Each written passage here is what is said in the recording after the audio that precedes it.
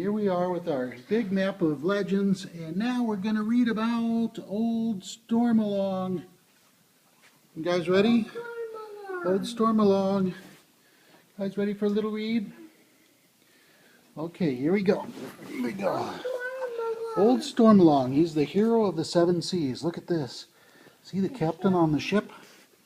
Looking back, and this is called a side wheeler. See the wheel on the side? Yeah. It's called a side wheeler, or side paddle. That's side wheeler. The wheel turned and helped them paddle along. So here we are, Old Stormalong, hero of the seven seas. See him? His name was Alfred Bulltop Stormalong.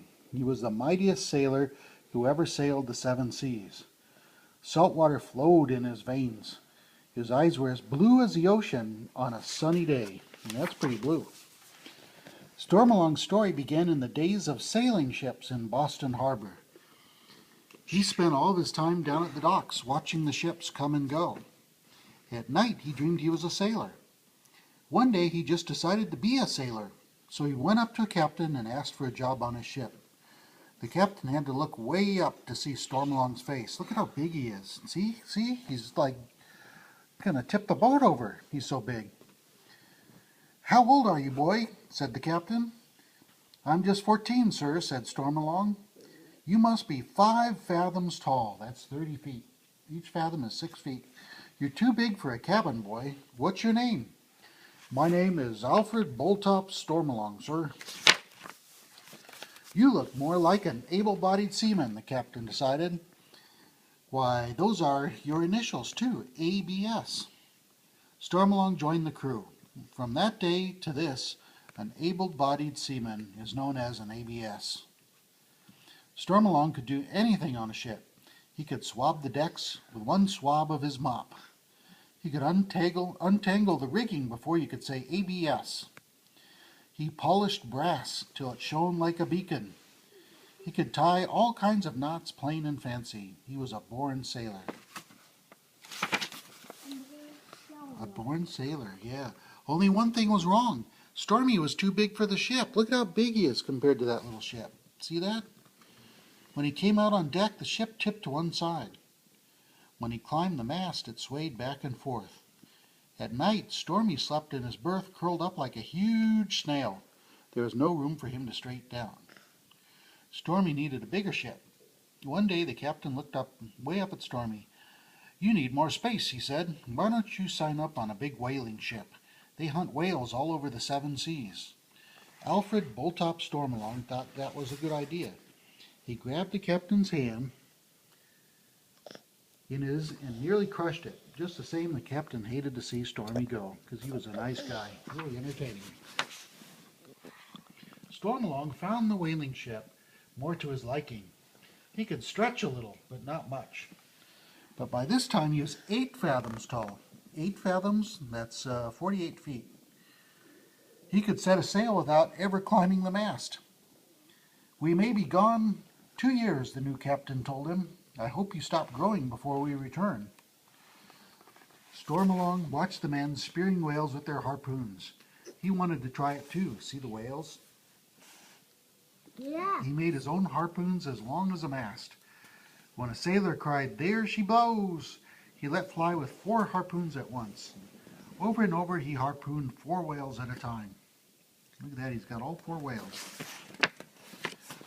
The sailors laughed and sang on deck.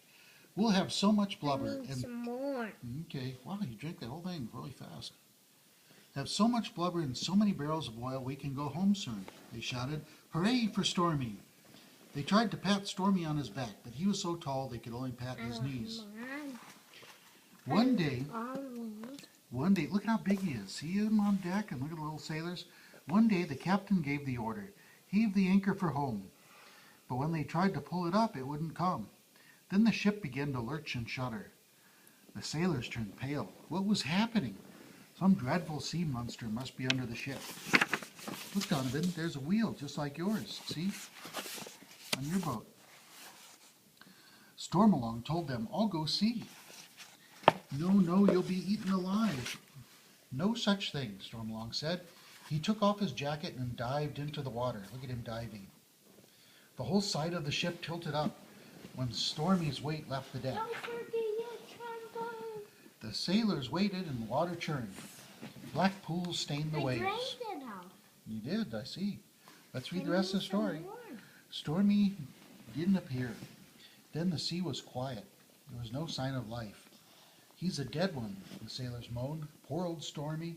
The sea monster got him, all right. Let's see here. Did the sea monster get him, you think? Just then, the bow of the ship tilted upward. One of the sailors cried, "Look there, it's Stormalong himself climbing up the anchor chain." Sure enough it was. His face was as pale as the underside of a fish. Water dripped off his body, made a pond on the deck. Seaweed hung on his mustache. See the seaweed? His arms were bleeding. The captain cried, "I thought old Davy Jones himself had come for you, Stormalong." Davy Jones is like, kind of like, how would I describe him? The Grim Reaper He's of the ocean. broken. The old man of the sea would give a good sailor like you, or like a good sailor like you in his locker. He's broken. When they say when sailors die, they go to Davy Jones' locker. That's like, they go to their grave down the bottom of the sea. But not yet, not yet. Stormalong pulled himself onto the deck and collapsed. At least there's plenty of room down here. See, Mom. You can heave the anchor now. Sailors turned the chain with a happy song. Up came the anchor as easy as you please. The sea Ooh, look at that. Look at the sea monster. There he is, grabbing Stormalong, and Stormalong is fighting him. See, Donovan? See? Can you see that? Look at that. Yeah, big sea monster. Look at that sea monster. What was it? They asked. A giant octopus, he said. It had its tentacles wrapped around the anchor. I said, "Let go of that." And he said, "No." I said, "You let go or I'll tie you up in knots." The octopus said, "Try it." Okay, hang on. One chocolate. Okay, we'll get some in a bit as soon as the story's ready. The octopus said, "Try it." He reached out toward me with those waving arms of his. For a while, I thought I was a goner. I swam off. Then I came back, grabbed one of his tentacles. I pulled it loose and tied it in one of my fancy knots. See, he's making some knots. See him making knots? He's tying knots. Daddy's going to teach you how to tie knots. See that, Donovan? Daddy's going to teach you how to tie knots someday. See the knots he's making?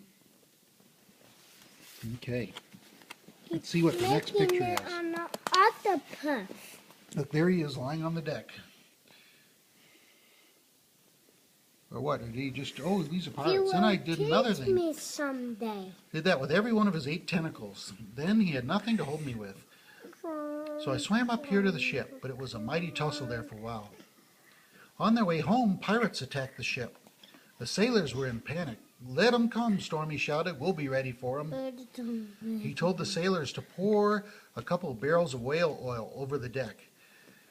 "Now get ready, the wheelhouse, or get behind the wheelhouse and be ready." The pirates, see the pirates climbing over? The pirates climbed over the side with blood-curdling yells. Knives gleamed in their teeth. They had gold earrings and they swung. They leapt over the gunwale. One after another, they fell flat on the oily deck. They slipped on the oil, the whale oil. "Now," Stormy grinned.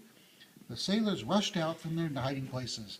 They skidded down the slippery deck faster than greased lightning. In no time at all, they tied those pirates up in ropes. When the ship reached Boston, the story soon was all over the town. Stepping on oil. Yeah, they did. Every captain in the harbor wanted Stormy to sail with him. But Stormalong saw a new ship that had been built while he was away. It was the biggest ship he had ever seen. It was named the Courser. He got himself a job on the Courser. Well, I'm going to turn this off so it doesn't get too long, and I'll read the rest of the story.